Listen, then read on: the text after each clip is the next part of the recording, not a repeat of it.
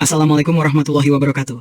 Nabi Muhammad Shallallahu Alaihi Wasallam mengakui adanya keterbatasan dalam mengatur keadilan. Poligami dalam Islam sering menjadi topik diskusi yang menarik sekaligus menantang. Baik dari sudut pandang hukum syariat, dinamika sosial, hingga nilai moral, perbincangan seputar poligami kerap diwarnai oleh persepsi yang berbeda-beda. Salah satu isu yang paling sering disorot adalah keadilan. Tuntutan untuk berlaku adil dalam poligami seringkali dianggap sulit, bahkan oleh sebagian orang dianggap hampir mustahil. Namun, benarkah keadilan dalam poligami itu serumit yang sering dibayangkan? Bagaimana Islam sebenarnya mengatur konsep keadilan ini? Tulisan ini akan mencoba membahas topik tersebut dengan pendekatan yang sederhana, logis, dan tetap berpegang pada prinsip-prinsip Islam. Apa yang dimaksud dengan keadilan dalam poligami? Menurut Islam, keadilan dalam Islam tidak sama dengan kesetaraan mutlak yang seringkali diartikan secara harfiah. Sebaliknya, Islam memandang keadilan sebagai upaya memberikan hak-hak yang proporsional sesuai dengan tanggung jawab yang diemban. Allah Subhanahu wa taala berfirman, "Fa in khiftum alla ta'dilu fawahidan." Jika kamu khawatir tidak akan mampu berlaku adil, maka nehilah satu saja. Ayat ini menjadi dasar utama yang sering dijadikan acuan ketika berbicara tentang keadilan dalam poligami. Namun, ada satu hal penting yang perlu dicermati. Keadilan yang dimaksud di sini adalah keadilan yang dapat diusahakan oleh manusia, bukan keadilan absolut yang hanya dimiliki oleh Allah. Hal ini dikuatkan oleh ayat lainnya, "Walan tastati'u an ta'dilu bainan nisa'i walau harastum." Dan kamu tidak akan dapat berlaku adil di antara istri-istrimu, walaupun kamu sangat ingin berbuat demikian. Ayat ini menunjukkan bahwa manusia tidak mungkin mencapai keadilan yang sempurna, terutama dalam hal perasaan dan kecenderungan hati. Bahkan Nabi Muhammad Shallallahu Alaihi Wasallam pernah berdoa, "Allahumma hadha qasmi fima amliku, fala talumni fima tamliku, wala amliku." Ya Allah, ini adalah pembagianku dalam apa yang aku kuasai. Maka janganlah engkau menyalahkanku atas apa yang engkau kuasai,